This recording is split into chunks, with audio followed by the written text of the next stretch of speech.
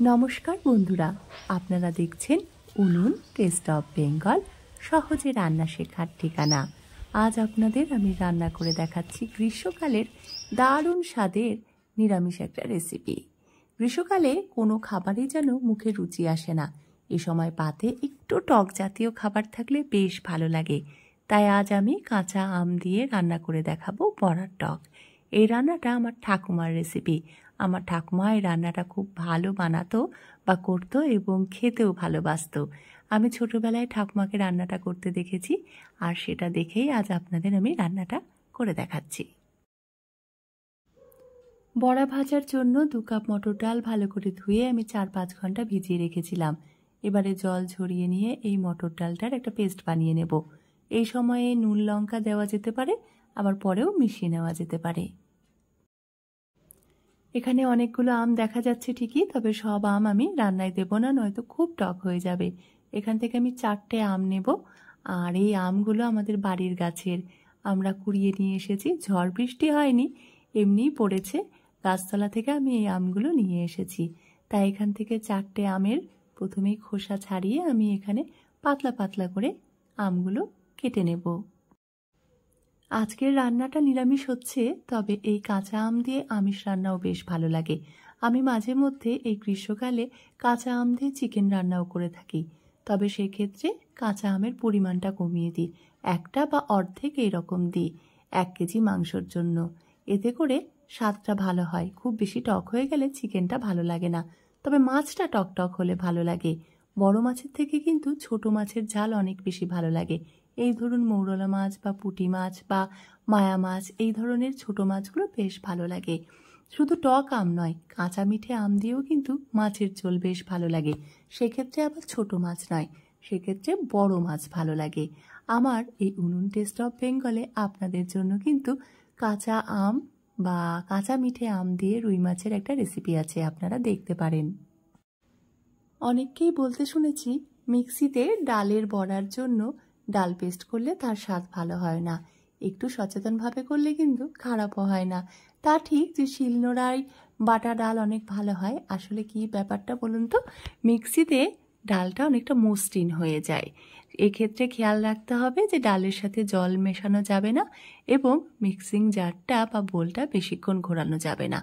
8 থেকে 10 সেকেন্ড ঘোরানোর পরে একবার ঢাকনা খুলে দেখে নেবেন ডাল যাতে পুরোপুরি মিহি না হয়ে যায়। একটু যখন আস্তে আস্তে থাকবে এই সময়ে বের করে নিতে হবে। আর তারপরে এর সাথে নুন, হলুদ, কুচি কুচি করে লঙ্কা মিশিয়ে নেওয়া যেতে পারে। এতে করে কিন্তু ডালের বড়ার স্বাদ ভালোই থাকবে। ঢাকনা খোলার পর যদি মনে হয় ডাল বেশি আস্ত রয়েছে, তাহলে আরও কয়েক সেকেন্ড ডালটা পিষে নিতে হবে।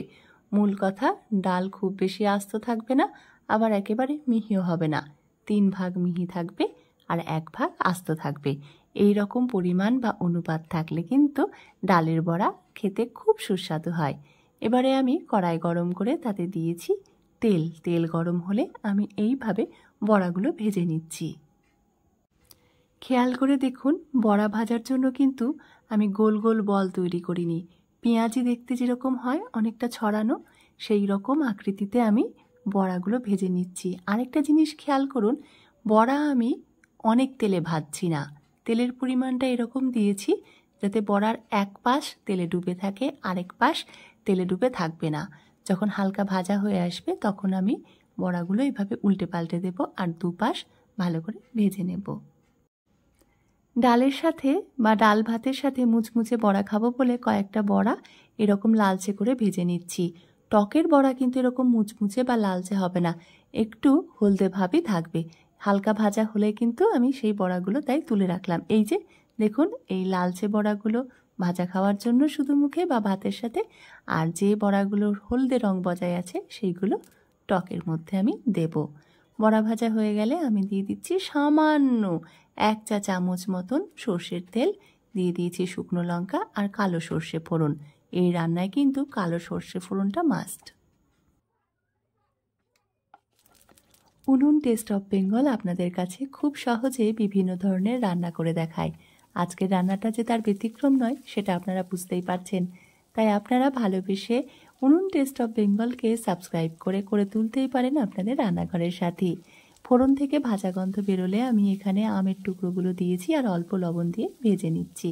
এই রান্নাটা আপনারা যারা খেয়েছেন তারা জানেন যে কতটা তৃপ্তি নিয়ে আসে। আর যারা খাননি তাদের বলবো অবশ্যই একদিন ট্রাই করবেন। আমের সিজনে আম দিয়ে করবেন, আর অন্য সিজনে যখন আম পাওয়া যায় না তখন অন্য কোনো টক, যেমন ধরুন লেবু বা আমড়া দিয়েও কিন্তু এই রান্নাটা করা যেতে পারে। আম যখন ভাজা হতে শুরু করেছে তখন আমি এখানে দিয়েছি 1 টেবিল চামচ সর্ষে বাটা, তার সাথে দিলাম পরিমাণ মতো লবণ হলুদ।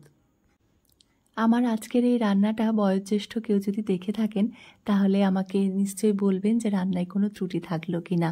আপনারা জানেন যে এই রান্নাটা কেমন হয়, আর যাদের বাড়িতে দিদিমা বা ঠাকুমা আছে তারা কিন্তু তাদের কাছে এই রান্নাটার কথা আপনারা অনায়াসে জেনে নিতে পারেন। দিয়ে দিয়েছি চিড়ে রাখা 2-3টে কাঁচা লঙ্কা। এবারে অল্প অল্প জল দিয়ে সর্ষে বাটার সাথে আমটা আমি কষিয়ে নিচ্ছি। তারপর মশলাটা ভাজা হয়ে গেলে আমি এখানে গ্রেভির জন্য দিয়ে দিলাম পরিমাণ মতন জল। এবারে জল ফুটে উঠেছে বা ঝোল ফুটে উঠেছে, ভেজে রাখা বড়া দিয়ে আঁচ কমিয়ে রান্না করে নেব আমি 2 থেকে 4 মিনিট। তাহলেই তৈরি হয়ে গেল আমাদের দারুণ স্বাদের কাঁচা আম দিয়ে বা টক আম দিয়ে ডালের বড়ার টক। আজকের রান্নাটা আপনাদের কেমন লাগলো আমাকে কমেন্ট করে অবশ্যই জানাবেন। আর যারা এতক্ষণ ভিডিওটা দেখলেন তাদের জানাই অনেক ধন্যবাদ। আর আপনাদের জন্য রইল শুভকামনা। আপনারা সুস্থ থাকুন, ভালো থাকুন, আনন্দে থাকুন। আজ এ পর্যন্তই। দেখা হচ্ছে পরবর্তীতে অন্য কোনো সহজ রান্নার সাথে।